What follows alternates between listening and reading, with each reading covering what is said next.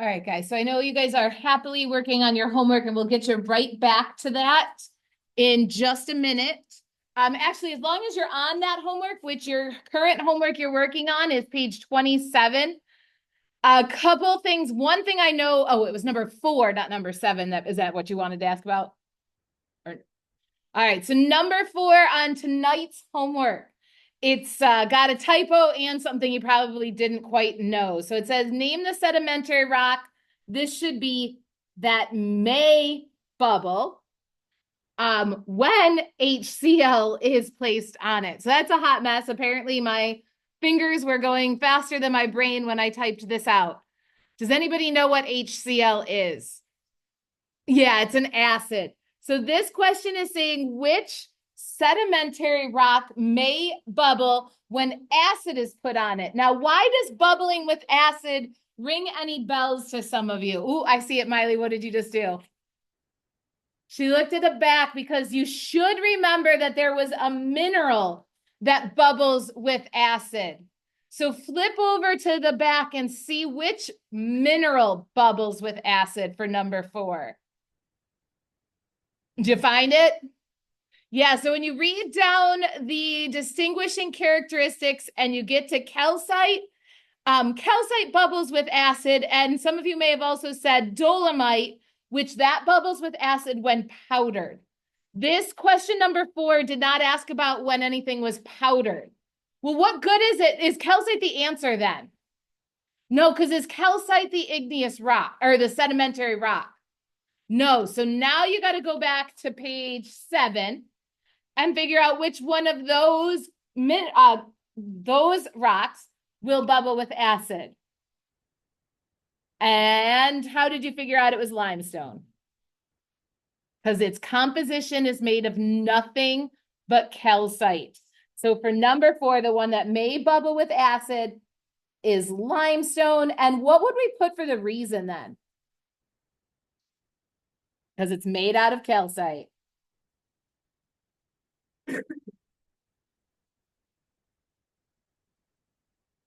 Were there any others that are on the new homework, page 27, that we're giving you issues? 25? Ooh, that's because that's what we got to do today. So that makes sense that you don't know 25. So let's go through last night's homework back here on page 26, if you would. So I'm going to just go through it kind of quickly. Now, yesterday I told you could just put mixed up here for breccia. I went through and I wrote down that it's made of pebbles, cobbles, boulders, sand, silt, and clay. You could have also just put variable. I put from 0 to 25 plus, which is all of them. So again, variable. And the comments there should be angular fragments. Sandstone's made out of sand, 0.006 to 0.2, find a course. Siltstone's made out of silt, 0.0004 to 0.006, and its comments are very fine grain. Clay, less than 0.004, and it's compact and may split easily. What's another name for clastic? That's fragmental. And this is actually a question. Were you able to get this?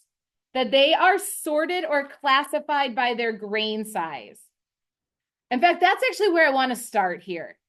So let's take a break from the homework because this is something that I skipped over with you guys yesterday in this class, particularly because we were a little behind. And again, we were behind because of me a couple days ago, not you guys.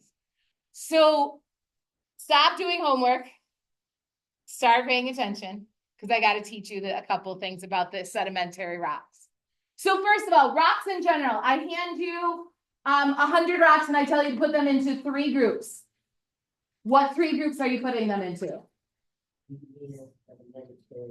Igneous, sedimentary, and metamorphic. And what makes the decision on if it's igneous, sedimentary, or metamorphic? Like what makes those groups? The way it was formed. So if igneous rocks, we know that if the rock came from magma or lava, it's igneous. If it came from sediments, it's sedimentary. If it comes from heat and pressure, it's metamorphic. Now I'm going to give you 15 sedimentary rocks. And I'm going to tell you to classify them. First of all, what does the word classify even mean?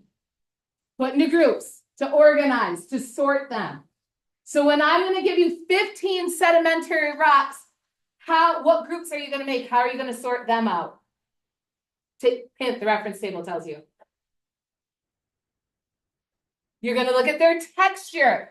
You're going to put them in groups that are clastic, crystalline, or bioclastic. So you got 3 groups of sedimentary rocks. But now let's look at, you've got a pile of just plastic rocks. And you got to put those into groups. The groups you're going to pick are whether they're conglomerate, breccia, sandstone, siltstone, or shale. What makes the decision which group they go in? Hang on just a second. Everybody look at your reference table. Everybody take a look at your reference table. What decides if that rock is going in the conglomerate group, the breccia group, the sandstone, the siltstone, or the shale group? Crisanto? Grain size. Grain size. And I heard a couple of you say that too. So good job, guys. So grain size is the deciding factor for those clastic igneous or clastic sedimentary rocks. They don't get sorted based on their composition because take a look at their composition. What do you notice about the composition of all these on the classic group? They're all the same. They're literally made of the exact same things. The only thing that makes conglomerate different than sandstone is the size of the pieces inside the rock. So that's for the clastic igneous. Why do I keep saying igneous rock? Plastic sedimentary rocks, which is that answer right there. And then by what process did the sedimentary rocks get formed? They're when sediments get deposited, buried, compacted, and cemented together. Now we're on to the bottom half of your chart from your homework from yesterday. Rock salt's made out of halite. It's crystalline and it's fine to coarse. Rock gypsum is made out of gypsum. Dolostone's made out of dolomite. They're all crystalline and they're fine to coarse. Limestone's made out of calcite. It is either crystalline or bioclastic. And the grain size for those are microscopic to very coarse. Coal, the bituminous coal, is made out of carbon. It's bioclastic, and again, it's microscopic to very coarse. Now for these rocks, the next question is, well, how do the crystalline rocks, the crystalline sedimentary rocks, again, I'm going to give you a whole pile of those, and I'm going to say put them in groups. You get 4 groups this time: rock salt, rock gypsum, dolostone, and limestone.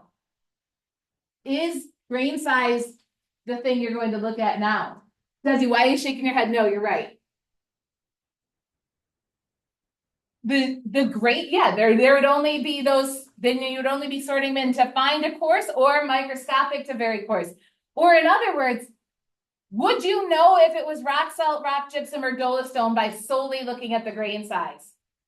No, because they have the same grain size. So what is the deciding factor that makes it rock salt, rock gypsum, dolostone, or limestone? This time we're looking at the composition column. So composition is what sorts out the crystalline rocks. And actually, while we're at it, let's look at the 2 bioclastics. How do you decide what group to put the bioclastic rocks in? What's their property again this time?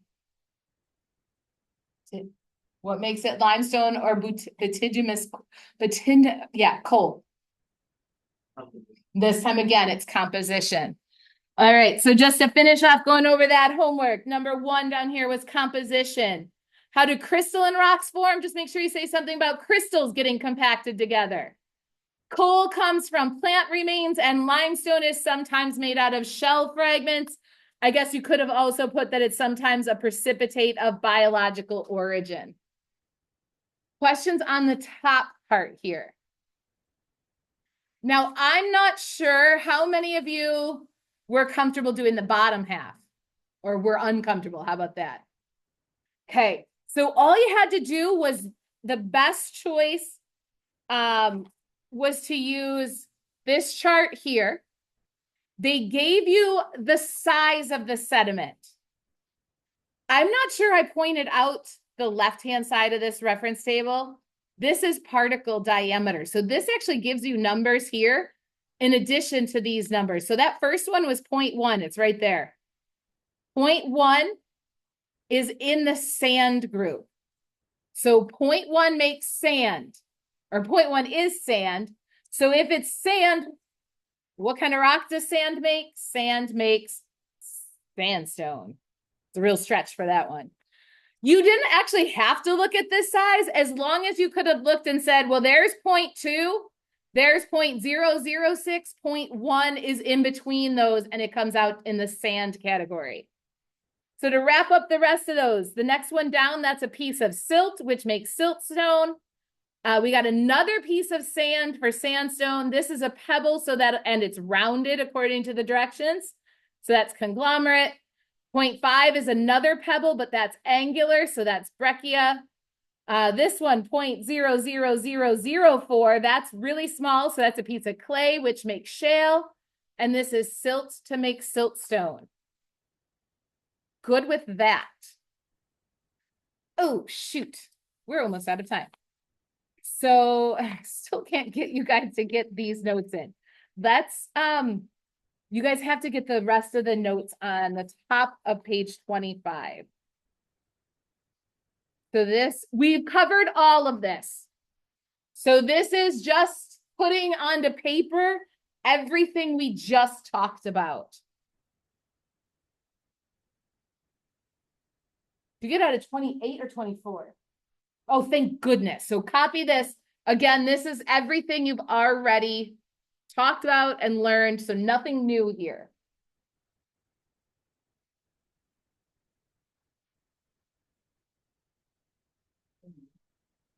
Uh, 25. I don't know what I said.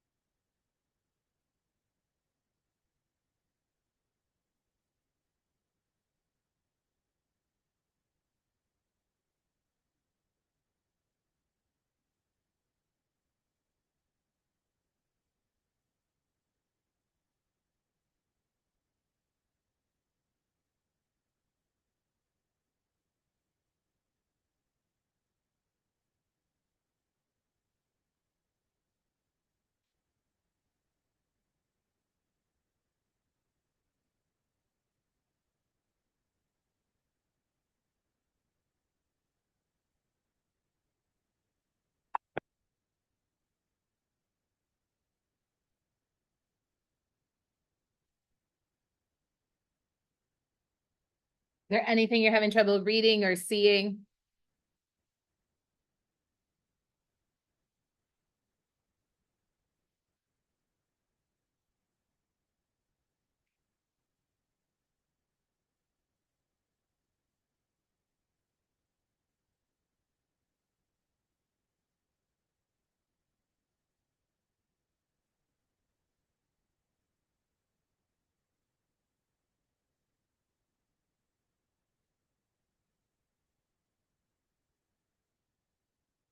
And don't put it away. We're going to get the bottom part of the notes here too, which won't take us long. It's only a couple words on each line.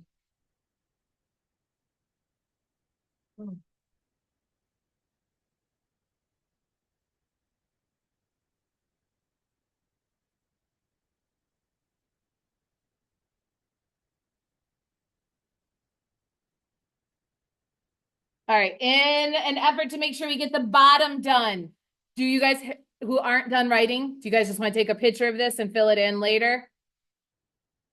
Okay, we'll come back to it. Just 3 things about sedimentary rocks that are just kind of facts that you just got to know. First of all, sedimentary rocks are formed in horizontal layers.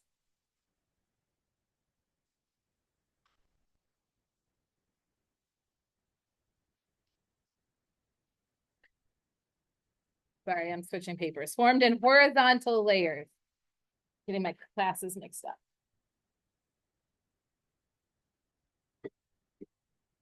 These horizontal layers are on Earth's surface.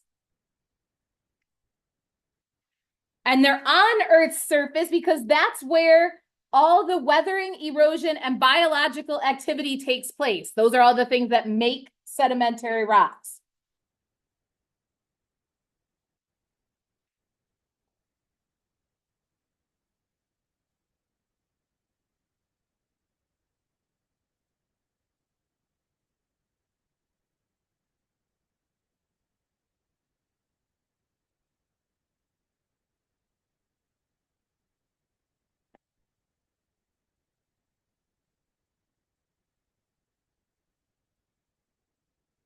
Oh, sorry, guys. That's where all the weathering, erosion, and biological activity takes place. You need to have broken rocks. You need to have the plant remains or the shell remains to make a sedimentary rock. The only place rocks are getting broken is on the surface. Now we're on to fossils. Fossils are, if you see fossils in a rock, so you get one that looks like this and there's some shells in them, you automatically know that it's a sedimentary rock.